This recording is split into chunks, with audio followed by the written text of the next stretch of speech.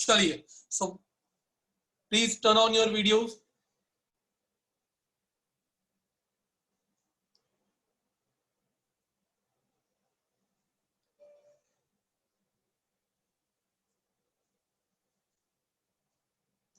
So in the previous class we have studied elasticity, plasticity, elastic body, plastic body, elastic limit क्या होती है वो हमने पढ़ा.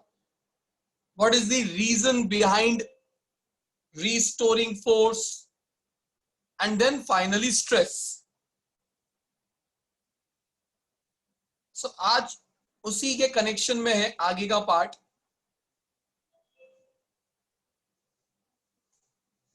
So मुझे सबसे पहले आप लोगों से जानना रहेगा कि आपको कितना याद है, तो मैं कुछ बता पाऊंगा. Let's start with stress.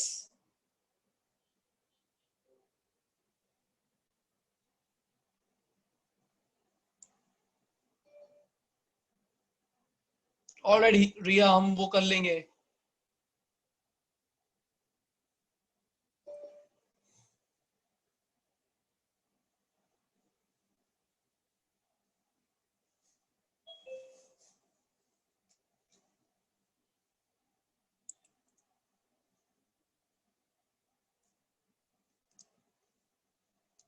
Yes, Mr. Dwij, define stress.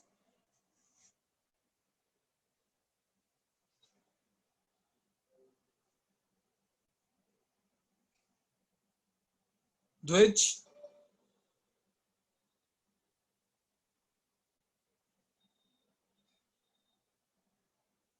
Am I audible? तो ध्वज को क्यों नहीं सुनाई दे रहा हूँ?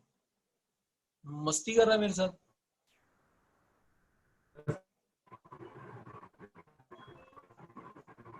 इसका नेट ही नहीं चल रहा है. विश्वा,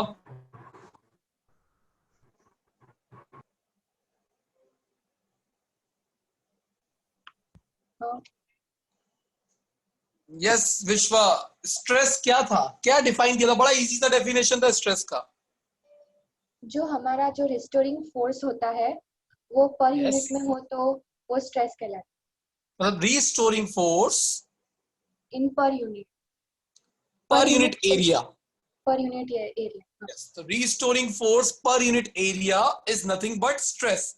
अगर applied force per unit area होता तो हम प्रेशर बोल देते, बट उसी अप्लाइड फोर्स के रिस्पेक्ट में अपोजिट डायरेक्शन में बॉडी में एक रिस्टोरिंग फोर्स डेवलप होता है. जैसे हमने सब चीज के लिए आप स्पंज याद रख सकते हो कि जब हम स्पंज को अंदर की तरफ कंप्रेस करते हैं तो बाहर की तरफ जो रिस्टोरिंग फोर्स लगता है, that restoring force per unit area is nothing but stress. कितने टाइप के स्ट्रेस थे निष्ठा?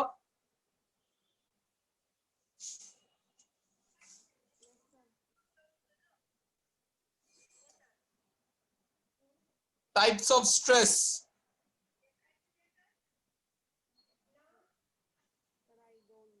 निष्ठा, you are not audible. No, आपके हेडफोन्स में चेक करना पड़ेगा आपको. रिया, सर लॉन्गिट्यूडनल स्ट्रेस पहला वाला, फिर दूसरा वॉल्यूमेट्रिक स्ट्रेस और तीसरा tangential stress. Alright, very good. Longitudinal, कोई लॉन्जिट्यूडनल भी बोलता है ये, तो जो बोले वो मान लेना. Longitudinal stress. फिर आता था वॉल्यूमेट्रिक स्ट्रेस, और यहां पर आता था शेयर स्ट्रेस या शेयरिंग स्ट्रेस, जिसको टेंजेंशियल स्ट्रेस भी बोला जाता था. इन स्ट्रेस में किसी को डाउट है? हमने क्या डिस्कस किया था लास्ट क्लास में? कब कौन सा स्ट्रेस प्रोड्यूस होता है? जब बॉडी का कौन सा डायमेंशन चेंज हो रहा हो, लेंथ, तब जो स्ट्रेस आएगा तब आएगा लॉन्गिट्यूडनल स्ट्रेस. अगर वॉल्यूम चेंज हो रहा होता तो उस वक्त जो restoring force per unit area बनेगा वो होगा वॉल्यूमेट्रिक स्ट्रेस. और अगर वो बुक वाला एग्जांपल मैंने दिया था आपको कि किसी मोटी सी बुक पर आप टेंजेंशियल फोर्स लगाते हो टेंजेंशियल फोर्स ऐसा कुछ हमने इमेजिन करने का ट्राई किया था डायग्राम के थ्रू, अगर हम देखें तो, कि अगर एक बॉक्स ले लेते, एक क्यूब,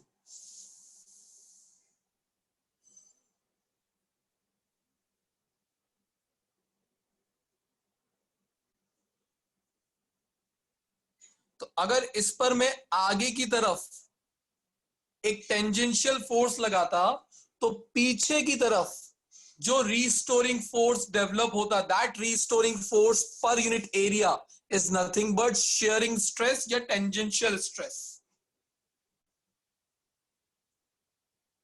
अब जो बॉडी में स्ट्रेस डेवलप होता है, उस स्ट्रेस का इफेक्ट स्ट्रेन होता है। अगेन रिपीट, जो बॉडी में स्ट्रेस डेवलप होता है, उस स्ट्रेस का जो इफेक्ट होता है वो स्ट्रेन होता है। तो मैंने आपको सभी को एक टास्क दिया था कि आप लोग स्ट्रेन के बारे में कुछ पढ़ के आएंगे, जो आई डोंट थिंक सो बाकी कि हमने इतना पढ़ा है, पर जो जिसने पढ़ा है वो इनिशिएटिव लेके कुछ बताना चाहेगा कि सर ये होता है स्ट्रेन और इतने टाइप्स होते हैं।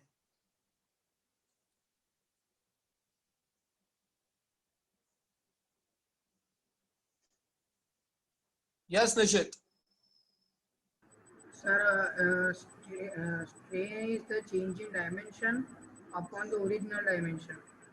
मतलब ये होता है बेसिक फॉर्मूला। देखिए, जब आप किसी ऑब्जेक्ट को स्ट्रेच करते थे तो लेंथ चेंज हो रही है, लेंथ चेंज हो रही है मतलब बॉडी का डायमेंशन तो चेंज हुआ, तभी तो उसके अंदर लॉन्गिट्यूडनल स्ट्रेस डेवलप हुआ। तो उस वक्त अगर मुझे बोलना होता कि उस वक्त कौन सा स्ट्रेन बॉडी में डेवलप हुआ होगा, तो उसको डिफाइन करने के पहले आपको जनरल फॉर्मूला पता होना चाहिए स्ट्रेन का। स्ट्रेन का जनरल फॉर्मूला होता है change in dimension divided by original dimension. मतलब बॉडी का कौन सा डायमेंशन चेंज हुआ, वो चेंज डिवाइडेड बाय उसी का ओरिजिनल वैल्यू, उसे हम स्ट्रेन बोलते हैं। नाउ खुशी,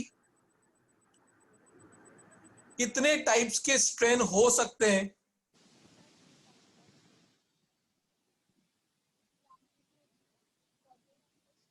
खुशी का भी ऑडियो नहीं आ रहा है, मतलब लिपसिंग आ रही है but no audio. Sir, now do you get it? Yes. Sir, there are 3 types of strains. Name them first. Longitudinal. Alright, wait. So मेरी स्पेलिंग पे ध्यान मत देना, गलत हो सकती है। तो पहले टाइप का स्ट्रेन जो होता है वो होता है लॉन्गिट्यूडनल या लॉन्जिट्यूडनल स्ट्रेन। बेसिकली हमने ये लॉन्गिट्यूडनल नाम क्यों रखा? जब हमने देखा कि ऑब्जेक्ट का कौन सा डायमेंशन चेंज हो रहा हो, लेंथ। तो बेसिकली अगर मैं डायग्राम बनाता है इसका, तो सपोज करो एक ऑब्जेक्ट था जिसकी ओरिजिनल लेंथ थी L, बट जस्ट बिकॉज मैंने एक फोर्स लगाया इस पर और इसकी लेंथ में थोड़ा सा इंक्रीमेंट आ गया, कितने अमाउंट से? Delta L। तो डायमेंशन वाइज कितना चेंज आया लेंथ में? Delta L। तो इस वक्त लॉन्गिट्यूडनल स्ट्रेन का फॉर्मूला क्या होगा? Change in dimension which is delta L divided by original dimension. Originally length क्या थी? L। तो delta L by L is nothing but longitudinal strain. ये किसका इफेक्ट है? लॉन्गिट्यूडनल स्ट्रेस का। तो अगर साथ में देखा जाए, तो अगर आप किसी को बाहर की तरफ स्ट्रेच करते हो तो अंदर की तरफ एक रीस्टोरिंग फोर्स डेवलप होगा। That restoring force per unit area is nothing but longitudinal stress. But इसका इफेक्ट क्या आएगा कि डायमेंशन तो चेंज हुआ, तो वो change in dimension divided by original dimension is nothing but longitudinal strain. जिसको डाउट है वो अपना हैंड रेज रखना, बाकी लोअर कर लो। ऑलराइट, ध्यान से समझना, एक एक क्वेश्चन में पूछूंगा ये तीनों स्ट्रेन खत्म करने के बाद, अगर ध्यान दोगे तो ही आंसर कर पाओगे।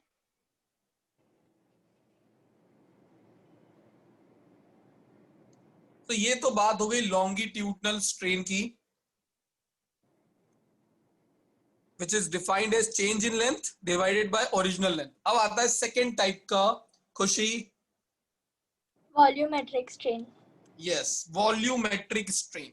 तो सेकेंड टाइप का हमारा स्ट्रेन है कि वॉल्यूमेट्रिक स्ट्रेस के करस्पॉन्डिंग जो स्ट्रेन डेवलप होता है बॉडी में, उसे हम बोलते हैं वॉल्यूमेट्रिक स्ट्रेन। और उसका फॉर्मूला क्या होगा, इधर कौन सा, इधर लेंथ चेंज हो रही होती थी, इधर वॉल्यूम, तो इसका फॉर्मूला क्या हो जाएगा, change in volume divided by original volume, delta V by V. इधर जो डायमेंशन चेंज हो रहा था विच इज वॉल्यूम, तो मैंने लिख दिया वॉल्यूम का change divided by original volume. Diagram notes में दिए हुए हैं, तो आप वहां से भी कनेक्ट कर पाएंगे। लास्ट टाइप का स्ट्रेन, खुशी। Shear strain. शेयरिंग स्ट्रेस के करस्पॉन्डिंग जो स्ट्रेन डेवलप होता है, अब ये थोड़ा सा डिफरेंट है। तो इसके लिए डायग्राम देखो कि जब आप इस क्यूब का जो बॉटम मोस्ट सरफेस है उसको कर दिया आपने फिक्स, वो चिपका दिया है सरफेस से, वो मूव नहीं कर सकता है। तो जब आप ऊपर से ये फोर्स लगाते हो, तो ये फोर्स लगाने की वजह से देखिए एक सरफेस तो ये है और एक सरफेस है ये वाली, दोनों सरफेस के बीच में कुछ तो डिस्टेंस होगा, उस डिस्टेंस को हमने बोला L। अब जब हमने आगे की तरफ टेंजेंशियल फोर्स लगाया, तो उसकी वजह से क्या हुआ, अपर सरफेस जो थी वो आगे की तरफ थोड़ी सी शिफ्ट हुई। तो वो शिफ्टिंग अगर मैं यहां पे दिखाना चाहूं तो कुछ ऐसा होगा।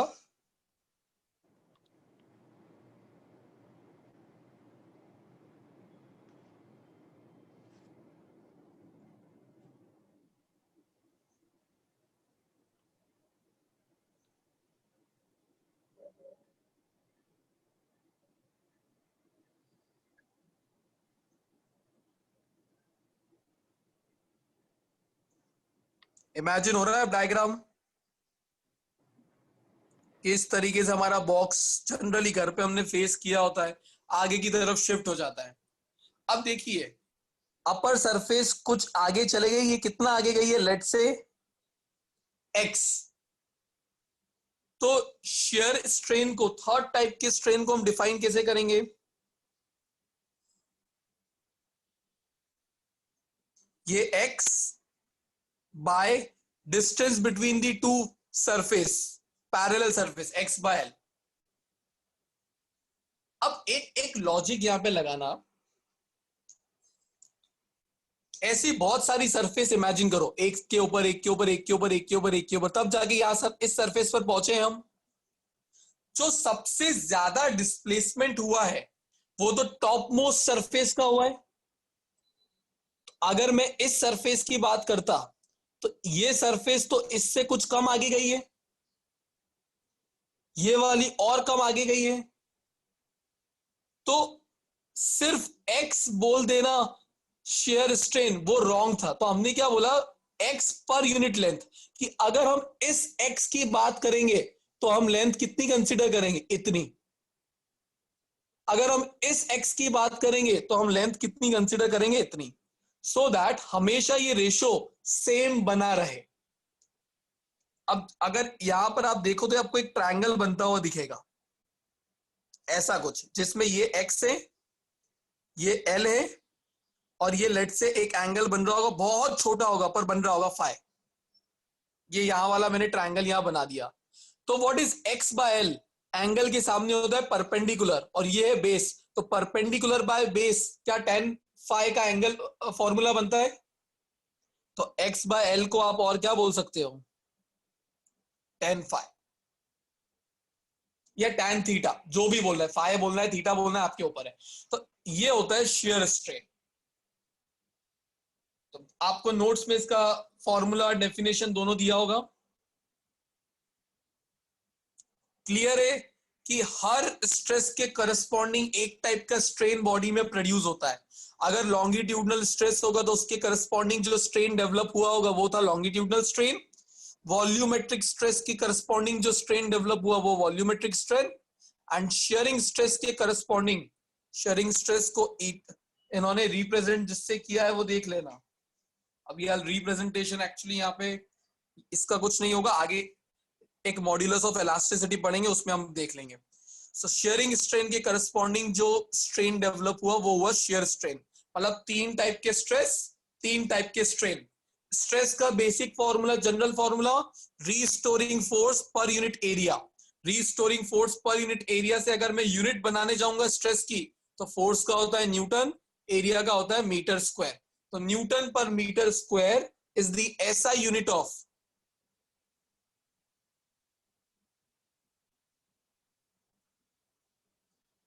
स्ट्रेस। अब मैं जिससे पूछूंगा वही मुझे बताएगा। वीडियो ऑफ वाली पकड़ूंगा मैं। Mister Aditya, yes sir. Aditya आपको स्ट्रेस और स्ट्रेन इनमें किसी में डाउट है? नहीं। तो अगर मैं आपसे पूछूं आदित्य, बड़ा इजी क्वेश्चन है, what is the SI unit of volumetric strain, तो आंसर क्या दोगे? SI unit of volumetric strain,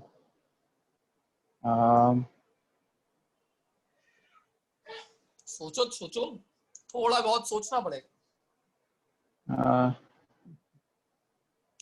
sir sir हाँ, पास्कल्स। तुक्का ही तो पास्कल्स? मारना है अपने को। पास्कल, पास्कल तो एक्चुअली इसका होगा क्योंकि force per unit area is nothing but pressure. तो न्यूटन पर मीटर स्क्वायर बोलूं या पास्कल, वो तो स्ट्रेस का यूनिट होगा, स्ट्रेन का नहीं। Very good okay. Riya, Sujal, Arya, आपको पता लग गया ट्रिक। प्रीति, कोई बात नहीं आदित्य, ट्राई किया उसके लिए अच्छी बात है, कोई बात नहीं। यस प्रीति। सर कुछ तो होगा प्रीति, कुछ देख, फॉर्मूले तेरे सामने है रंग बिरंगे। अरे सुजल हाथ नीचे कर ले। देखो तुझसे आंसर मंगवाना होता, रिया से ही पूछना होता तो मैं तुम वो पहले ही बोल देता। सोच प्रीति, फॉर्मूला तेरे सामने। ये क्या, ये वॉल्यूमेट्रिक स्ट्रेन में ये किसको रिप्रेजेंट करता है प्रीति?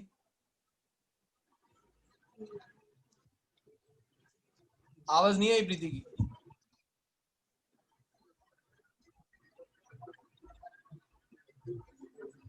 नो।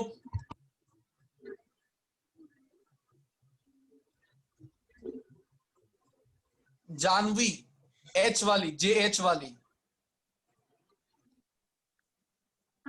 Yes, sir.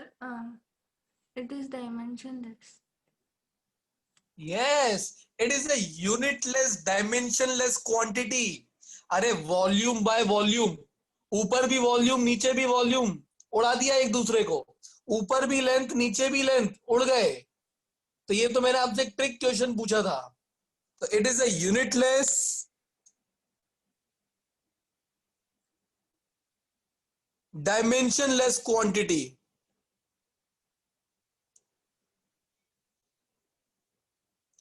तो अगली बार अब कोई आपसे पूछे ना कि स्ट्रेन का यूनिट बताओ, तो वो एक्चुअली पूछ नहीं रहा, वो आपको देखना चाहता है कि आप फॉर्मूले देख के पता लगा पा रहे हो कि नहीं। ऊपर चेंज इन लेंथ, लेंथ का ऐसा यूनिट होता है मीटर, नीचे भी मीटर, तो मीटर मीटर तो गया, कुछ बचा ही नहीं। It is a unitless, dimensionless quantity. इधर भी ये x क्या था, डिस्प्लेसमेंट जो आगे की तरफ हुआ, l क्या है, लेंथ जो दोनों फेसेस के बीच में था। रेशियो तो सेम ही रहने वाला है, लेंथ लेंथ ही है। तो स्ट्रेन का कोई यूनिट, कोई डायमेंशन नहीं होता है। सो मुझे कुछ आंसर्स मिल गए थे। पृथ्वी पर एक ज्वलन, यस। दक्ष, दृष्टि, वासव, प्रीत, निष्ठा, वेरी गुड। तो जिनको थोड़ा बहुत डाउट था उनका क्लियर हो जाना चाहिए। क्लियर है ये? तीन टाइप के स्ट्रेस, तीन टाइप के strain. Define stress. Sir it is restoring force per unit area. कितने टाइप के स्ट्रेस होते हैं? तीन टाइप के स्ट्रेस होते हैं. Longitudinal stress, volumetric stress, shearing stress. सभी का फॉर्मूला सेम है, restoring force per unit area, but लगते अलग अलग जगह पर. लेंथ चेंज होगी तो लॉन्गिट्यूडनल स्ट्रेस, वॉल्यूम तो वॉल्यूमेट्रिक, और वो टेंजेंशियल फोर्स लगता है तब रीस्टोरिंग फोर्स जो पीछे की तरफ यहां लगता है, that restoring force per unit area is shearing stress. Strain कैसे डिफाइन करेंगे? तो sir it is defined as change in dimension divided by original dimension. कितने टाइप के स्ट्रेन? तो स्ट्रेस का ही इफेक्ट था स्ट्रेन, तो तीन टाइप के स्ट्रेस, तो तीन टाइप के strain. Longitudinal strain, volumetric strain, shear strain. Define longitudinal strain, तो change in length divided by original length. Volumetric strain, change in volume divided by original volume. Similarly shear strain, तो यहां पर हो जाएगा this x by l का ratio is shear strain. Yes mister Nishit. Sir दो चीजें पूछनी थी सर. जैसे प्रेशर और स्ट्रेस के बीच में क्या फर्क होता है सर? प्रेशर बाहर से लगाया जाता है, और प्रेशर का इफेक्ट जो बॉडी में क्रिएट होता है वो होता है स्ट्रेस. जब मैं स्पंज को अंदर की तरफ कंप्रेस करता हूं तो this is applied force, this is deforming force. That applied force per unit area निश्चित, उसको हम बोलते हैं प्रेशर, कि मैंने स्पंज पे प्रेशर लगाया. बट जब मैंने ये लगाया तब इसके अंदर मॉलिक्यूल्स में मच गई खलबली.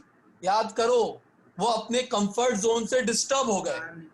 तो वो जो अंदर से बाहर की तरफ रीस्टोरिंग फोर्स लगता है, जो intermolecular force, that restoring force per unit area is stress. मतलब जब तक आप बॉडी पे प्रेशर नहीं लगाओगे तब तक स्ट्रेस नहीं बने.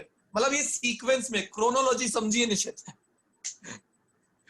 प्रेशर लगाओगे तो स्ट्रेस डेवलप होगा, और जब बॉडी में स्ट्रेस आएगा तो उसमें स्ट्रेन आएगा. तो ठीक है? मतलब जैसे स्ट्रेन की वजह से स्ट्रेस की वजह से स्ट्रेन डेवलप होता है, वैसे प्रेशर की वजह से स्ट्रेस डेवलप होता है. Yes. Okay sir, thank you. Alright.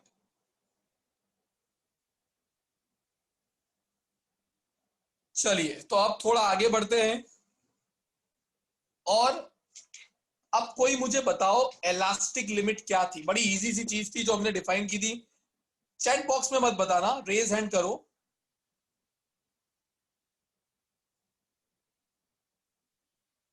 Pant, imaginary कैसे हो सकता है? वॉल्यूम चेंज होता है तो दिखता है हमें, इमेजिनरी थोड़ी ना होगा. Sujal. So elastic limit is a limit after which if we put up pressure and extend the object, then it will do not come to its original shape. Sujal मैं ये बोलूंगा कि जब हम वर्ड यूज करेंगे तो हम यहाँ प्रेशर वर्ड यूज नहीं करेंगे. हम स्ट्रेस की बात कर रहे हैं तो हम इसको स्ट्रेस के टर्म्स में एक्सप्लेन करेंगे कि इलास्टिक लिमिट वो पर्टिकुलर लिमिट है जिस लिमिट से ज्यादा अगर बॉडी पे स्ट्रेस लग गया तो उसके बाद बॉडी कभी भी अपना original shape and size regain नहीं करेगी. उसकी डायमेंशंस में कुछ परमानेंट एलोंगेशन आ जाएगा, कुछ डायमेंशन परमानेंटली चेंज हो जाएंगे. जैसे कि जब हम रबर बैंड को स्ट्रेच करते हैं तो आप एक लिमिट से ज्यादा स्ट्रेच कर दोगे और फिर उसको अनस्ट्रेच करोगे तो वो अपने ओरिजिनल शेप और साइज को फुल्ली रीगेन नहीं करेगा, कुछ दूर आके रुक जाएगा. मतलब कुछ परमानेंट एलोंगेशन आ चुका है उसके डायमेंशंस में. तो जिस लिमिट के बाद ये होता है उस लिमिट को हम बोलते हैं ये बॉर्डर हो गई है, कि इस बॉर्डर के अंदर अंदर लगाया हुआ स्ट्रेस आपने रिमूव कर दिया तो बॉडी अपनी ओरिजिनल शेप और साइज को रीगेन कर लेती है. बट अगर इस लिमिट से ज्यादा अपने स्ट्रेस लगा दिया तो फिर वो अपने ओरिजिनल शेप और साइज को रीगेन नहीं करेगी, उसमें कुछ परमानेंट एलोंगेशन आ जाएगा. सो elastic limit, it is the maximum stress within which a body can withstand after the removal of deforming force. Definition notes में से दिख जाएगा, बट एक और चीज जो आपको नहीं पता लगेगी कि इलास्टिक लिमिट को एक और नाम दिया जाता है, यील्ड पॉइंट। तो याद रखिएगा कि अगर आपको डिफाइन करने को आ जाए यील्ड पॉइंट, तो भी आपको किसकी डेफिनेशन लिखनी रहेगी, इलास्टिक लिमिट की। ये दोनों एक ही चीज होती है।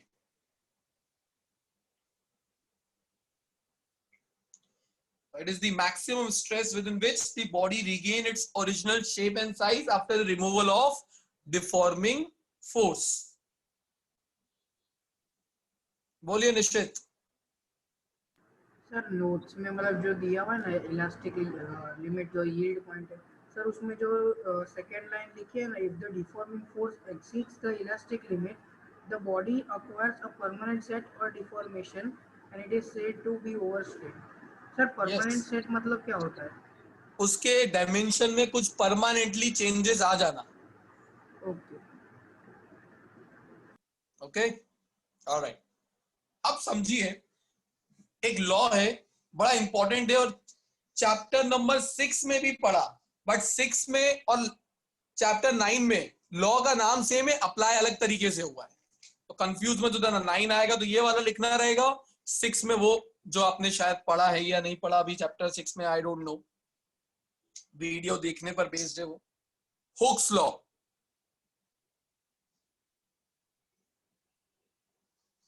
तो चैप्टर 9 का हुक्स लॉ क्या कहता है कि अगर आपका लगाया हुआ स्ट्रेस इलास्टिक लिमिट के अंदर है, विद इन इलास्टिक लिमिट, तो stress is directly proportional to strain. मतलब जितना ज्यादा बॉडी में स्ट्रेस लगाओगे प्रोड्यूस होगा, उतना ही ज्यादा उसके अंदर स्ट्रेन प्रोड्यूस हो रहा होगा। बट ये डायरेक्टली प्रोपोर्शनल कब तक होल्ड करेगा? जब तक आपका लगाया हुआ स्ट्रेस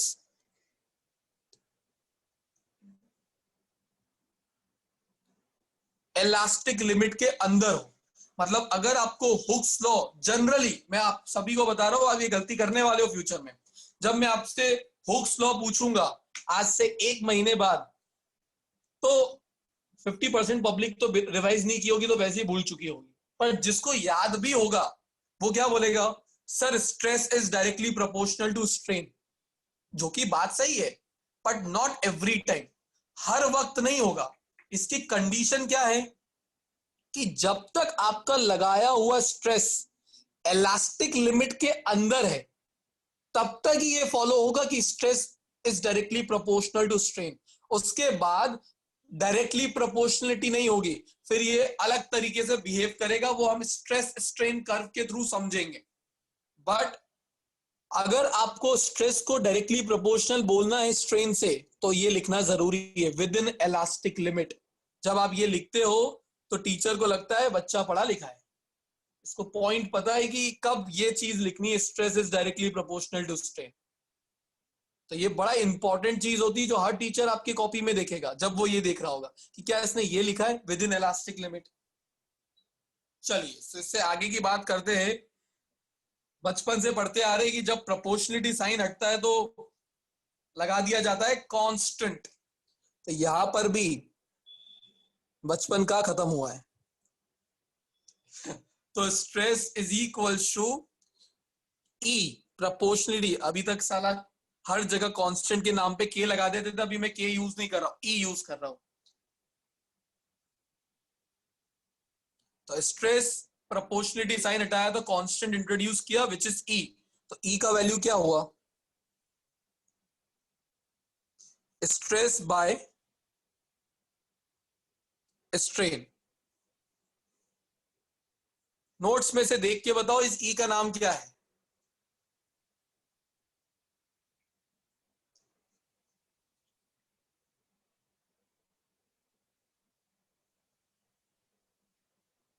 वेरी गुड बादशाह। निश्चित थोड़ा अलग है, स्तुति डॉली सही है। Modulus of elasticity. तो याद रखिएगा, रिप्रेजेंटेशन भले कोई भी चेंज कर दे, बट स्ट्रेस बाय स्ट्रेन के रेशो को क्या बोला जाता है? मॉड्यूलस ऑफ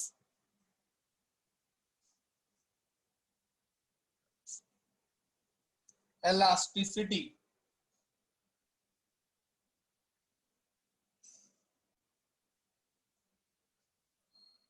तो अगर आपको कभी डिफाइन करने को आता है डिफाइन मॉड्यूलस ऑफ इलास्टिसिटी, तो it is nothing but it is defined as the ratio of stress by strain. अब एक बहुत बेसिक सी चीज पूछूंगा, ध्यान से सुनना. किसी को चूज ही करते हैं पूछने के लिए. मिस्टर पंत,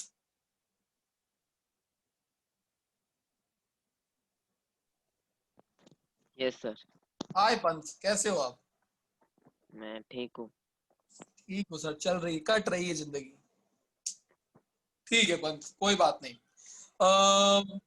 पंत, तुझे क्या लगता है इस फॉर्मूले को देखकर कितने टाइप के मॉड्यूलस ऑफ इलास्टिसिटी होने चाहिए? कितने टाइप के मॉड्यूलस ऑफ ये ई के वेरिएशन कितने टाइप के होने चाहिए इस फॉर्मूले को देखकर? थोड़ा सा आज का हमने जो पढ़ा है वो नॉलेज यूज करेगा तो देखो टाइप तो पता लग जाना चाहिए.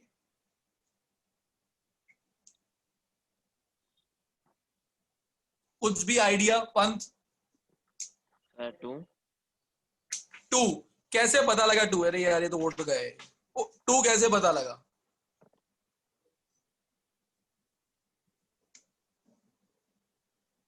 कोई तो लॉजिक होगा 2 कि बस सर मन में आया 2 तो बोल दिया 2.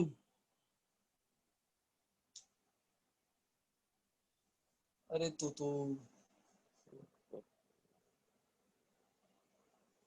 ठीक है, कोई बात नहीं. नियति,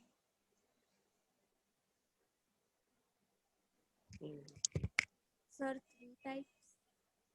हेलो नियति. Hello sir. यस नियति, बोलिए. 3 टाइप्स. यस 3 टाइप के.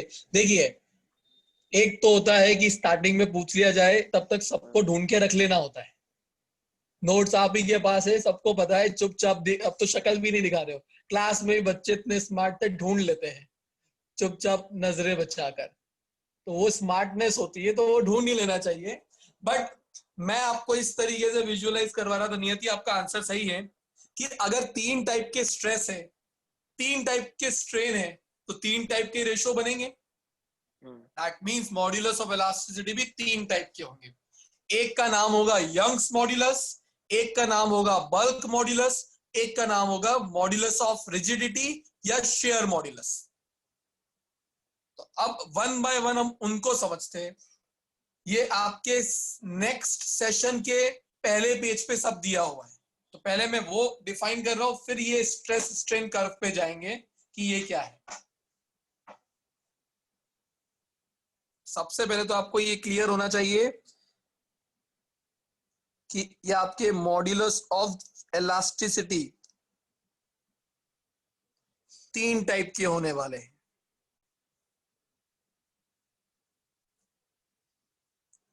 एक है यंग्स मॉड्यूलस,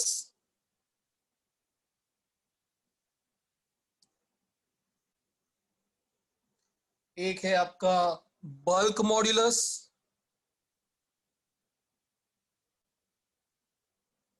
और लास्ट है modulus of rigidity.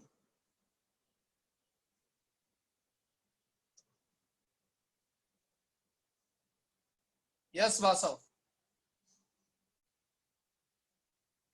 Sir ratio ऐसा नहीं हो सकता? For example sir, longitudinal stress cross upon. Over नहीं होगा, क्रॉस ओवर नहीं होगा डीसी मार्वल, कुछ भी ऐसा. सेम टाइप के स्ट्रेस से सेम टाइप ही हो सकता है. हाँ, तू सोचे कि मैं सर लॉन्गिट्यूडनल स्ट्रेस लेता हूं और शियर स्ट्रेन ले लेता हूं और उनका रेशियो निकालूंगा, उस टाइप का कुछ भी डिफाइन नहीं किया गया है. Okay sir. ठीक है. Yes Shreya. No, sir. Actually, I didn't lower my hand. Okay. Young's modulus का जो रिप्रेजेंटेशन होता है वो होता है y. बल्क मॉड्यूलस के लिए बी यूज किया जाता है। इन जनरल ये चेंज हो सकते हैं, बुक्स टू बुक्स, अलग अलग बुक्स में अलग अलग दे रखे होते हैं, बट इसके लिए वाई यूज करते हैं, इसके लिए बी यूज करते हैं, और मॉड्यूलस ऑफ रिजिडिटी के लिए ईटा यूज करते हैं। आई होप आपको ये ईटा चैप्टर 2 से याद है।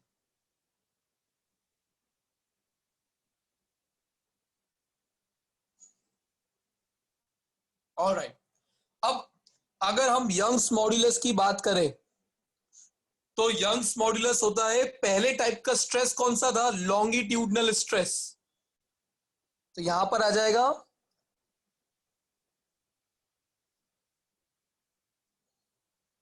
Longitudinal stress divided bye longitudinal strain.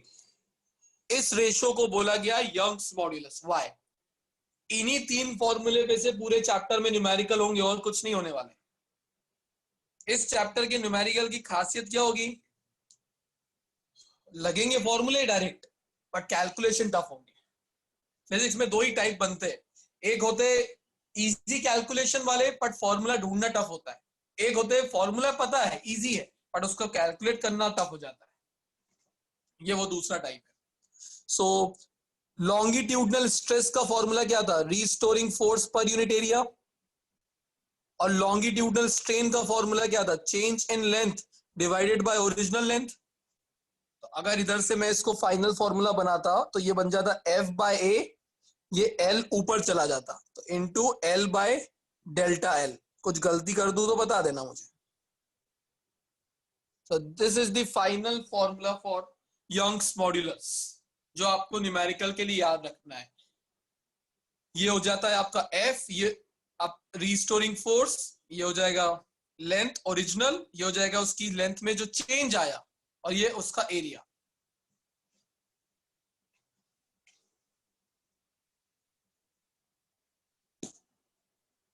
कोई डाउट है इसके फॉर्मूले में किसी को? नो। फिर दूसरे का बनाइए। अब तो मैंने आपको आइडिया दे दिया।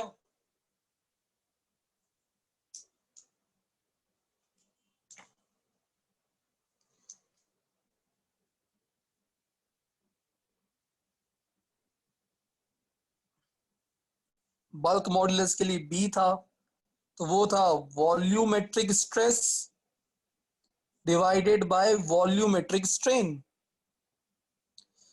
वॉल्यूमेट्रिक स्ट्रेस का फॉर्मूला भी restoring force per unit area, and volumetric strain is nothing but change in volume divided by original volume. Final B का फॉर्मूला आ जाएगा F by A, V by delta V।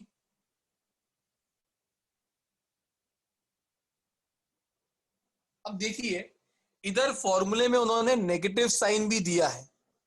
कोई मुझे बता सकता है इसका सिग्निफिकेंस क्या होगा नेगेटिव साइन का? Please just raise hand.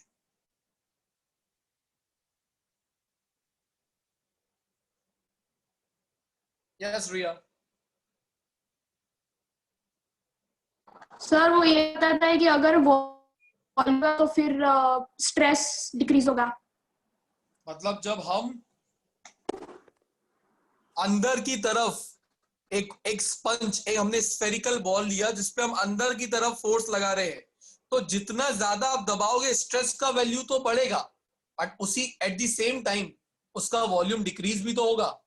तो वो स्ट्रेस का इंक्रीमेंट और वॉल्यूम का डिक्रीमेंट वो कौन बता रहा है? Minus sign. ये नोट्स में लिख के दिया होगा, देख लीजिएगा।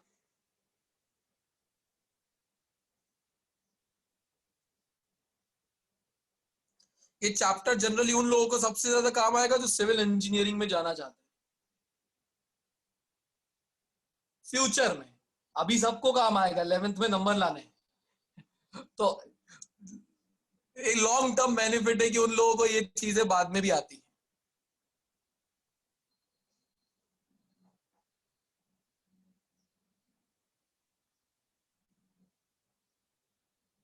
अलग अलग मटेरियल्स के यंग्स मॉड्यूलस के वैल्यू निकाल के रख दिए गए हैं। स्टील का क्या होगा, आयरन का क्या होगा, ये सब जितने भी मटेरियल हमारे पास अवेलेबल है उन सब के यंग्स मॉड्यूलस, बल्क मॉड्यूलस निकाल के रख दिए गए, सो दैट आपको डायरेक्टली ये यूज ही करना रहेगा। आपके न्यूमेरिकल में भी आपको यंग्स मॉड्यूलस या तो निकालने के लिए दिया जाएगा या क्वेश्चन में दे देंगे और इन चार में से कोई एक चीज निकालने को दी जाएगी। But in general Young's modulus, bulk modulus, जैसे आयरन हो गया, स्टील हो गया, इनके वैल्यू क्वेश्चन में दिए जाते हैं। तो आप जैसे ही अपनी एनसीईआरटी खोलते हैं या कोई भी बुक खोलेंगे तो इस चैप्टर में हर एक मटेरियल का यंग्स मॉड्यूलस आपको दे के रखा जाता है। इसका फायदा क्या होता है? सपोज करो मैंने आपको स्टील का यंग्स मॉड्यूलस दे दिया और वो स्टील पर मैं कुछ वेट अप्लाई करने की सोच रहा हूं। ध्यान से सुनना, मैंने आपको स्टील का यंग्स मॉड्यूलस दे दिया और मैं उस पर कुछ वेट अप्लाई करना चाहता हूं, कुछ हैवी लोड लटकाना चाहता हूं। तो दैट मीन्स मुझे मेरा स्ट्रेस पता है कि मैं कितना स्ट्रेस उसको दूंगा। तो अगर मुझे स्टील का वाई पता है और मेरा लगाया हुआ स्ट्रेस पता है तो मुझे यह पता लग जाएगा कि जब मैं इतना स्ट्रेस उस पर लगाऊंगा तो उसके अंदर कितना स्ट्रेन डेवलप होने वाला है। मतलब ये ऐसा नहीं है कि लगाने बाद लगेगा कि कितना स्ट्रेन डेवलप होने वाला है। अगर उस मटेरियल का यंग्स मॉड्यूलस हमने पहले से निकाल के रख रखा है तो y का वैल्यू आपके पास होगा। और सपोज करो आप 500 kg का वेट लटकाने वाले हो तो उससे आपको mg से आपका फोर्स भी पता लग जाएगा, that force per unit area. तो आप पहले से ही आइडिया लगा पाओगे कि जब मैं ये स्ट्रेस इस मटेरियल को दूंगा तो उसके अंदर कितना स्ट्रेन डेवलप होने वाला है। अब मैं इतना स्ट्रेन डेवलप करना चाहता हूं तो चल जाएगी प्रोसेस, और नहीं करना चाहता हूं तो फिर अपना लगाया हुआ स्ट्रेस कम करने का ट्राई करूंगा। मतलब ये सब पहले से ही पता लग जाता है। बिल्डिंग बना के मजबूती नहीं देखी जाती कि बना के देखते खड़े हुए टूट गई तो चल जाएगा, नहीं बनाएंगे ऐसा नहीं है, पहले से देखी जाती है कि ये मटेरियल जो हम यूज करने वाले बिल्डिंग में, जो कंक्रीट हम यूज करने वाले, क्या वो इतना लोड ले भी पाएगा या नहीं। तो ये तब प्रैक्टिकली काम आता है। बट अभी यहाँ 11th में फॉर्मूला याद रखना है सर। इतना क्लियर है? चलिए फिर इसका फॉर्मूला बताइए मॉड्यूलस ऑफ रिजिडिटी का बना के।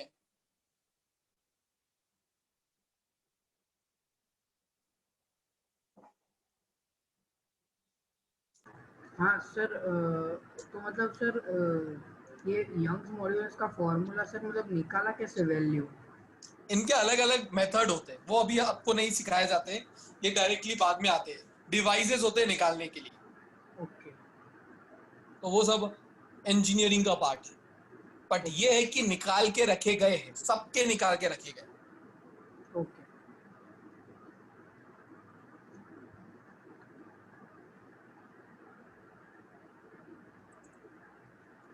ईटा का वैल्यू भी आप निकाल सकते हैं। Eta is nothing but third type का स्ट्रेस।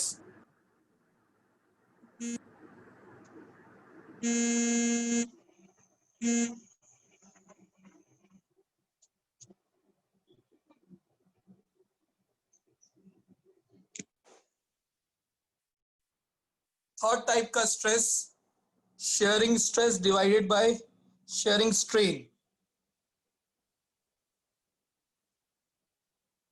स्ट्रेस का फॉर्मूला तो restoring force per unit area ही था, बट स्ट्रेन का फॉर्मूला चेंज हो जाता है। स्ट्रेन क्या हो जाता है? X by L.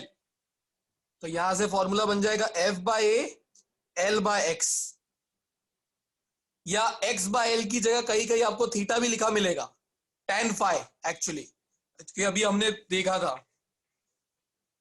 कि ये फॉर्मूला जो होता है वो tan फाई के बराबर भी होता है। तो अगर tan फाई लिखा मिले तो वो लिख देना। बट फॉर्मूला तो समझ आ रहा है ना कैसे बनाया है?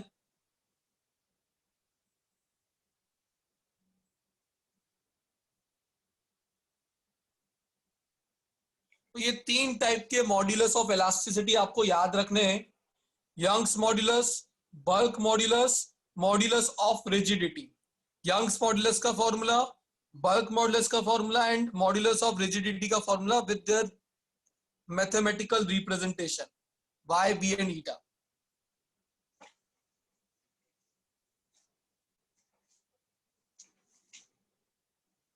अब यहां से वापस से सेशन 1 पर आ जाइए और सेशन 1 का पॉइंट नंबर 8 को टिक मार्क कीजिए. Very very very very very very very very important. Stress strain curve, मतलब ये उतना ही इंपॉर्टेंट है जितना चैप्टर नंबर 3 के इक्वेशंस ऑफ मोशंस हुआ करते थे, जितना चैप्टर नंबर 4 का projectile motion and uniform circular motion हुआ करता था, जितना चैप्टर नंबर 5 का बैंकिंग वाला डेरिवेशन हुआ करता था, उतना ही इस चैप्टर का ये स्ट्रेस स्ट्रेन कर्व. मतलब एक अच्छा पेपर बनाया गया है स्कूल में तो डेफिनेटली ये वाला क्वेश्चन उसमें पूछा जाएगा स्ट्रेस स्ट्रेन कर्व के बारे में. और एक्चुअली इसको एक्सप्लेन करने का तरीका होता है इसके अलग अलग पॉइंट्स. आप डायग्राम में देख पाएंगे कि अलग अलग पॉइंट्स पे अलग अलग नाम दिए गए, वही एक्सप्लेन करने होते हैं स्ट्रेस स्ट्रेन कर्व में. तो जब सबसे पहले बात की जाती है कर्व की, तो कर्व कोई भी ग्राफ हो उसकी y और x एक्सिस सबसे पहले समझी जाती है कि y एक्सिस पे क्या है और x एक्सिस पे क्या है. जितना इजी लग रहा होगा सर याद हो जाएगा. देखो स्ट्रेस हो या स्ट्रेन, तीनों के अंदर 6 लेटर है और दोनों के अंदर 6 लेटर है और दोनों ही एस से स्टार्ट होते हैं. अब गलती से y एक्सिस पे आपने स्ट्रेन लिख दिया और x एक्सिस पे स्ट्रेस, पूरी मेहनत हो जाएगी बर्बाद, नंबर नहीं देगा टीचर. तो याद रखिएगा y और x एक्सिस पे क्या है. हम शेप याद रख लेते, सब कुछ याद रख लेते, साली एक्सिस ही भूल जाते बात किस एक्सिस की कर रहे थे.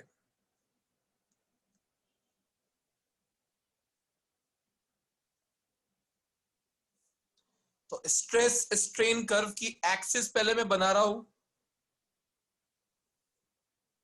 बस इतना ही येलो से बनाऊंगा तो चिंता मत करो. y एक्सिस पे हमने लिया स्ट्रेस और x एक्सिस पे लिया स्ट्रेन. अब अभी हमने पढ़ा था हुक्स लॉ. देखो चेक करते कौन मुझे बताएगा. Dolly. Yes, sir. Dolly, what is Hooke's law? Sir, according to this law, within the elastic limit, stress is directly proportional to strain. Very good.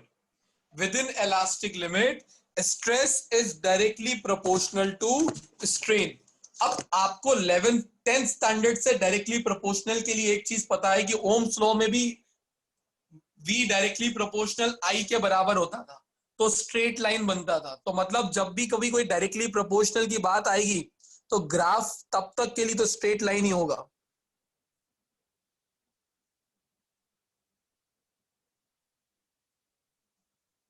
जब तक हमारी इलास्टिक लिमिट के अंदर हम स्ट्रेस लगा रहे हैं उसी अमाउंट में स्ट्रेन बढ़ता है.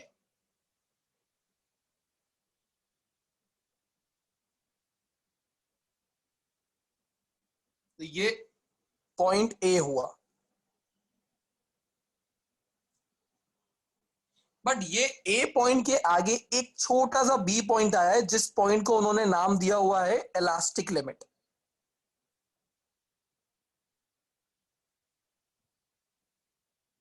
इस पूरे पार्ट में लेबलिंग बड़ी इंपॉर्टेंट है.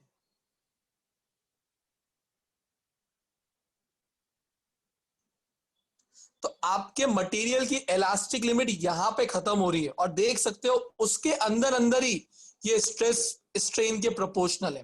बट सिर्फ ओ से ए रीजन में, ओ से ए रीजन को बोला जाता है प्रोपोर्शनल लिमिट. मतलब इतने रीजन में स्ट्रेस और स्ट्रेन डायरेक्टली प्रोपोर्शनल है बट उसके बाद इनकी प्रोपोर्शनलिटी थोड़ी सी बिगड़ना स्टार्ट होती है.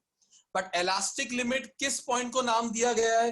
वो लिमिट जिससे ज्यादा आपने अगर स्ट्रेस लगा दिया तो फिर बॉडी के डायमेंशन परमानेंटली थोड़े से चेंज हो जाएंगे. मतलब अभी हाल अगर मैंने किसी भी वक्त पे मेरा लगाया हुआ स्ट्रेस रिमूव कर लिया तो वापस ऑब्जेक्ट अपने ओरिजिनल शेप और साइज को रीगेन कर लेगा। फिर मैं यहाँ पे हटा देता अपना लगाया वो स्ट्रेस, यहां पर हटा देता, यहां पर हटा देता या यहां पर हटा देता। ये वो पॉइंट होगा जिस बी पॉइंट के पहले पहले अगर मैं अपना लगाया हुआ स्ट्रेस रिमूव कर लूं तो ऑब्जेक्ट अपने ओरिजिनल शेप और साइज को रीगेन कर लेगा। बट अगर मैंने मेरा स्ट्रेस बी से भी ज्यादा बढ़ाया और सी पॉइंट तक पहुंच गया, अब इस पॉइंट पर ले जाने के बाद अगर मैं अपना स्ट्रेस को रिमूव करता हूं तो देखो मेरा ग्राफ ओरिजिनल पाथ को फॉलो नहीं कर रहा है, अब वो इस पाथ पर आया। मतलब जो हमको निश्चित पूछ रहा था कि सर परमानेंट सेट क्या होता है, ये परमानेंट सेट है।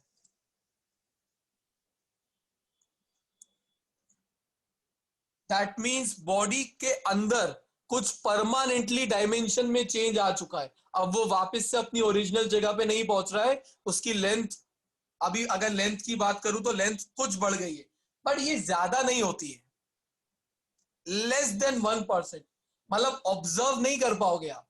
बट अगर माइक्रोस्कोपिक लेवल पे जाके देखोगे तो आपको पता लग जाएगा कुछ तो बढ़ चुका है, तो इसलिए यहां पे उसका लिमिट लिखा है लेस देन 1%।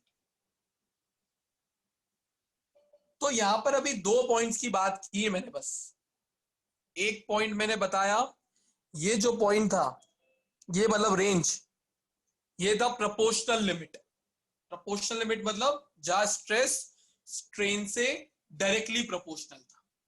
फिर पॉइंट बी था इलास्टिक लिमिट, मतलब वो लिमिट जिस लिमिट के अंदर अगर आपने अपना लगाया हुआ स्ट्रेस रिमूव कर दिया तो ऑब्जेक्ट अपने ओरिजिनल शेप और साइज को रीगेन कर लेगा, अपने मेन पोजीशन पे पहुंच जाएगा जहां से स्टार्ट किया था।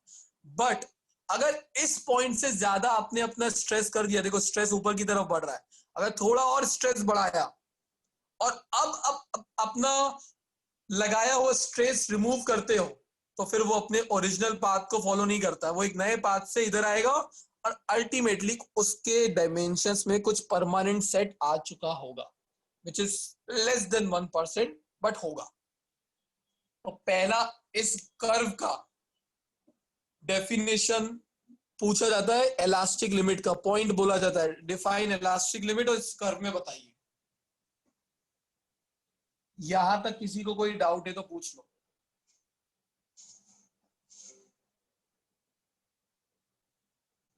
क्लियर है? ओ से ए से बी से सी वाले पॉइंट। अच्छा, नोट्स के पॉइंट पढ़ भी लो, first second and third point पढ़ लो तो साथ साथ में खत्म हो जाए।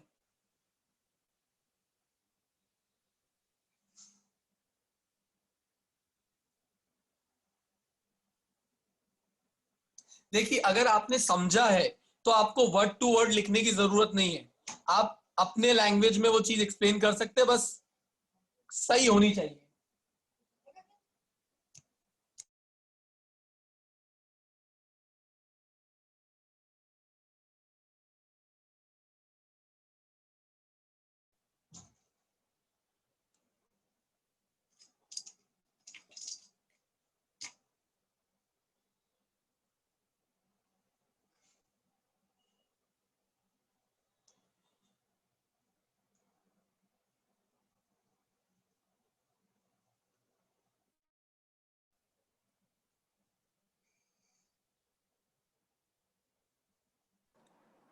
सर मुझे सेकंड पॉइंट में डाउट है, उसमें लास्ट लाइन लिखा है कि up to point B the elastic forces of the material are conservative, तो उसमें प्रॉपर समझ में नहीं आया।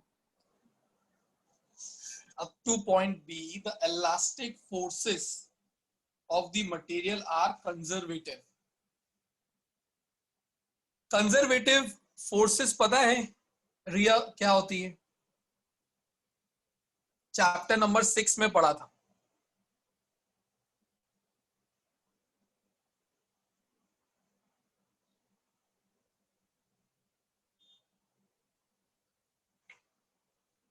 अनम्यूट नहीं हो रहा है?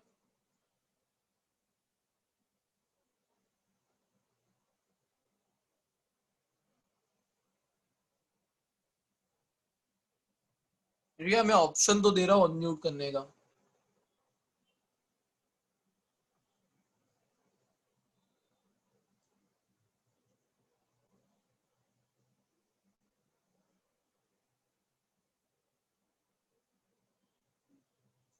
रिया तो फ्रीज होगी।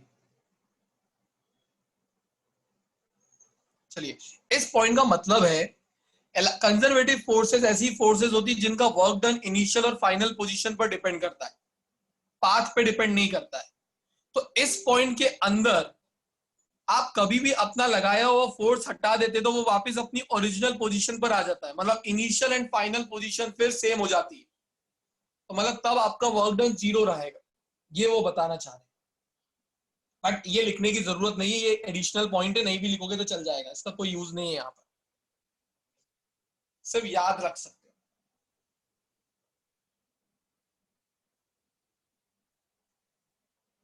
चल ऐसा करिए, अब टाइम नहीं है, मुझे इसको एक्सप्लेन तो और करना पड़ेगा ज्यादा पॉइंट से, हर एक पॉइंट्स को बीच में एक एक नंबर के। तो इतना पार्ट आज कर दे, बचा हुआ नेक्स्ट क्लास में करेंगे कंप्लीट, ठीक है। फिर भी रीड करके आइएगा थोड़ा, तो आपको थोड़ा सा आइडिया लग जाएगा पहले से, ठीक है। Alright everyone, bye bye.